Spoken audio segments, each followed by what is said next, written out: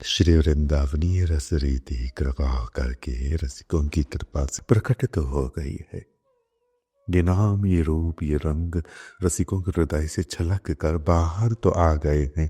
श्री राधा वल्लभ लाल रूप में सन्मुख होकर सेवा श्रृंगार होकर सुलभ तो हो गए हैं, परंतु इतना सघन अमृत प्राप्य यहाँ पर उनका जो सौरभ है रसिकों ने प्रकट किया है, इससे सविशेष वो प्रकट होकर बाहर नहीं आ सकते। वो चेतन है रसाकृति में, परंतु निभृत चेतन है, सघन चेतन है, ध्रुपदीयता में चेतन है। उन्हें चेतन और चेतन और चेतन करना है प्रेम द्वारा, गान द्वारा, रंग द्वारा, विलास द्वारा, सेवाओं द्वारा। वो उस माधुरी में चकित भरित है, रसिकों ने प्रकट किए। प्राय भावुक कर्ण भौतिक देह से ये संकल्प करते हैं कि तुम हमारे आंखों के सामने आ जाओ, इस भौतिक देह के सन्मुख, इस भौतिक प्राण के सन्मुख तुम आ जाओ।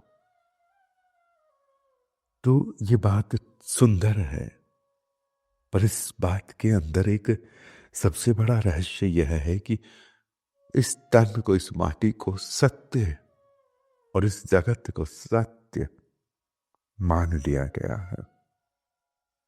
और अगर ये सत्य है तो जो उनका सत्य है उसे नहीं माना जा रहा है।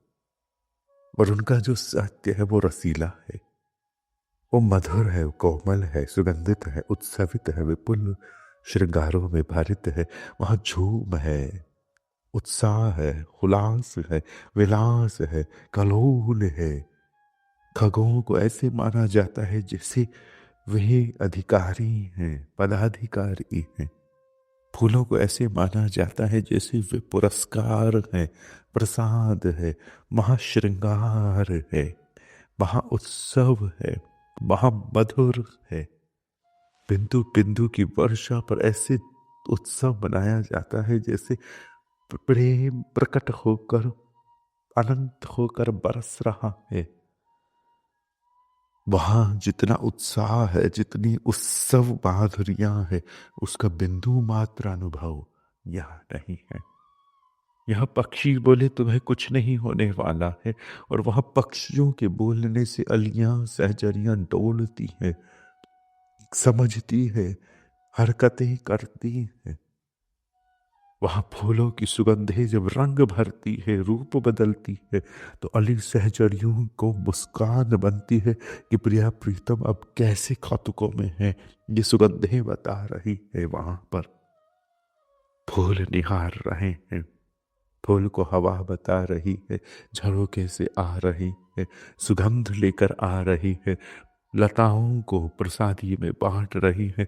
लताएं उन सुगंधों को फूलों में भरकर पहन कर खड़ी हो गई हैं। फूलों की उन माधुर्यों को अलियां लेकर, मधु ले लेकर उड़ रही है। अनंत अनंत कुछ निकुंजन में ये मधु संग्रह किया जा रहा है, उसकी रक्षा, उसका संवहन किया जा रहा है कि अग्रिम निकुंजों में ये मधु लेपन होगा। इनकी ही विलास की, रंगाई की, सुगंध की, बयार की मधुरता इन्हीं पर अनुलेपित होगी। इतना माधुर्य वहां बासंत में झूम रहा है, इतना रंग वहां उत्सवों के लिए हिंडोल होकर बयारों में बिहर रहा है। जैसे गुलाल उड़ रही है बिन उड़ाई, ऐसी रंगोली वहां छक भर रही है, झूम झूम रही है। तो इतना उत्सव छोड़कर, इतना रंग विलास छोड़कर वो यहां आ जाए, एक सघन रोमांच, एक सघन मनोरंजन चल रहा हो, और अचानक किसी का कोई अनावश्यक कॉल आ जाए तो उसे उठा लेगा। अगर रोमांच है, रंग है, रस है, परीक्षा है उस समय, तो कैसे तुम्हें कोई उठाने देगा कॉल। तो ऐसे लालजू का रंग है, उत्सव है, उन्माद है, उनकी सेवाओं की परीक्षा है। पासा खेल रहे हैं वे, कैसे आए बीच में, सेवाचारी में है वो कैसे आए बीच में, कहां से आए वो बीच में, यहां पर सदैव है प्रकट और कहां खड़े हूं, कहां पिए कहां रहे, कैसे झूमे घुटन होगी उन्हें। जितना उत्सव वहां पर है उस अनुपात में घुटन होगी उन्हें। ये घुटन जीव को भी हो सकती है। एक गांव का व्यक्ति जब शहर जाता है उसे घुटन होती है। एक छोटे शहर का व्यक्ति जब बड़े शहर पहुंचता है और छोटे छोटे कबूतर खानों में रहता है तो उसे भी घुटन होती है। एक बड़ी जो खेती बाड़ी रही उसे छोड़कर एक छोटा सा कबूतर खाना बड़े शहरों का, उसमें जब जीव रहता है तो धीरे धीरे घुटते घुटते उस घुटन की आदत हो जाती। पर ये घुटन है पता नहीं चलता। कोई बाहर से और रसीला आएगा तो बताएगा ये घुटन है भैया। जिसे तुम इतना सुंदर यातायात व्यवस्था कहते हो ये भयंकर शोर है। कोई सुंदर व्यक्ति, कोई सुंदर मनु, कोई सुंदर तनु, कोई सुंदर वपु अगर आए तो बताए कि ये शोर है, घुटन है, ये जो कोहरा समझ रहे हो ये प्रदूषण है। एक विशेष अतिथि आने के लिए तैयार ना हो यहां धरा पर हमने इतना कोहराम बचा रखा है। वो अपना उस विलास का रोमांच लेकर आए। ठीक है आना है और तुम्हें लेकर जाना है, इतना ठीक है। तुम कहो यहीं रहो, ठहरो। तो सेवादार है वे, चौकीदार है वे, पहरेदार है वे उस रस विलास की, उस रस के नवाब है, साहब है। उस रस के वे सरकार है, स्वामी है, भरतार है। उस रस के वे सृष्टा है, भोक्ता है, भोगी है। उस रस के वे प्रेमी है, रसिक है। एक एक बयार उन्हें भापनी है, रंग कैसे पुलक रहा है वहां पर। ये पक्षियों पर रंग छपे, कहीं तो उड़े होंगे। फूलों पर रंग छपे, कहीं तो उड़े होंगे। कोई ठहरे तो लताओं की तरह, रंग तो उड़े हों, पर ठहरे नहीं हम। वो नाचेंगे पर तुम ठहरो, उनके सामने वो झूमेंगे तुम ठहरो। तुम्हें ठहरना होगा मन, और ठहर कर उन्हें भरो अपने नयनों में, अपने हृदय में, अपने प्राणों में, अपने भाव में, अपने कौतुकों में, अपने जीवन में। तो रसिकों ने बड़ी कृपा करके, क्योंकि रसिक भीतर से आए उड़ते उड़ते और उनके संग संग ये भी पीछे पीछे झूमते झूमते पंख होते हुए आए और झर गए एक मोर पंख की तरह यहीं पर, जैसे राधा वल्लभ लाल। अब पंख कोई संभाले मोर का, मोर कौन, रसिक, पंख कौन, श्री लाल, राधा वल्लभ लाल। और ये पंख जो वो धारण करते हैं, ये उपमा दे रहे हैं हम उनको कि वो कीमती है। रसिकों के पीछे आते हैं, रसिकों के संग आते हैं, रसिकों के हृदय से आते हैं और झूम कर यहाँ पर बिरस कर, झूम कर यहाँ बिहर कर उन्हें चाहिए वही रस रंग जिससे चिपक कर ये आ गए। जैसे फूल पर कई बार भ्रंगनियां चिपकी हुई होती है, फल पर जैसे कई बार कोई कीट पतंग चिपका हुआ हो सकता है, जैसे हमारे कर में या हमारे स्वरूप पर बाहर मक्खी हो, मच्छर हो, भीतर आ जाए। कभी किसी फूल पर कोई एक लटकन सी, लट सी आती है सजीव, तो वैसे ही रसिकों के यहां से रसिक वहां से आए।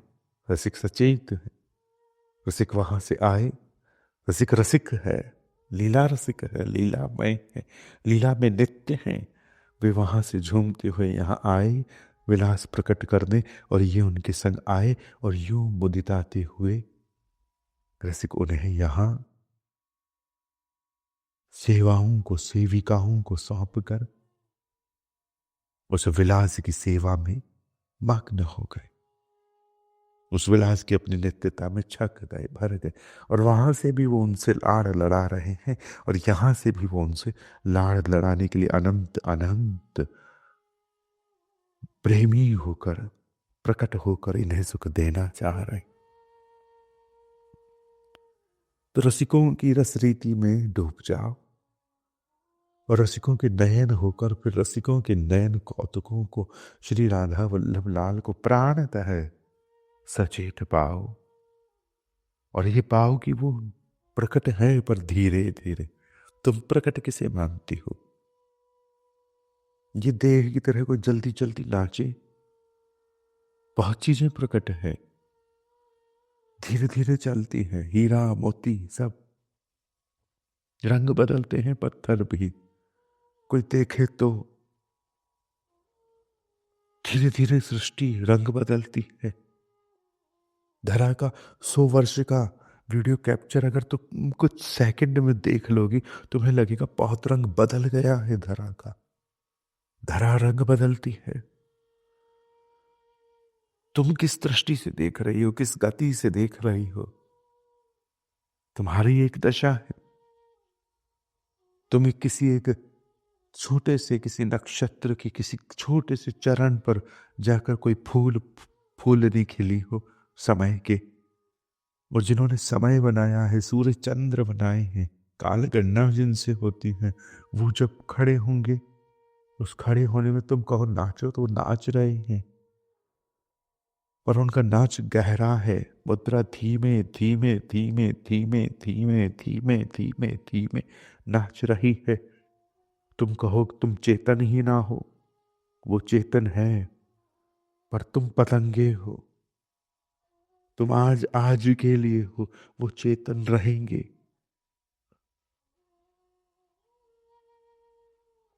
वो अस्त होने वाले दीपक नहीं है।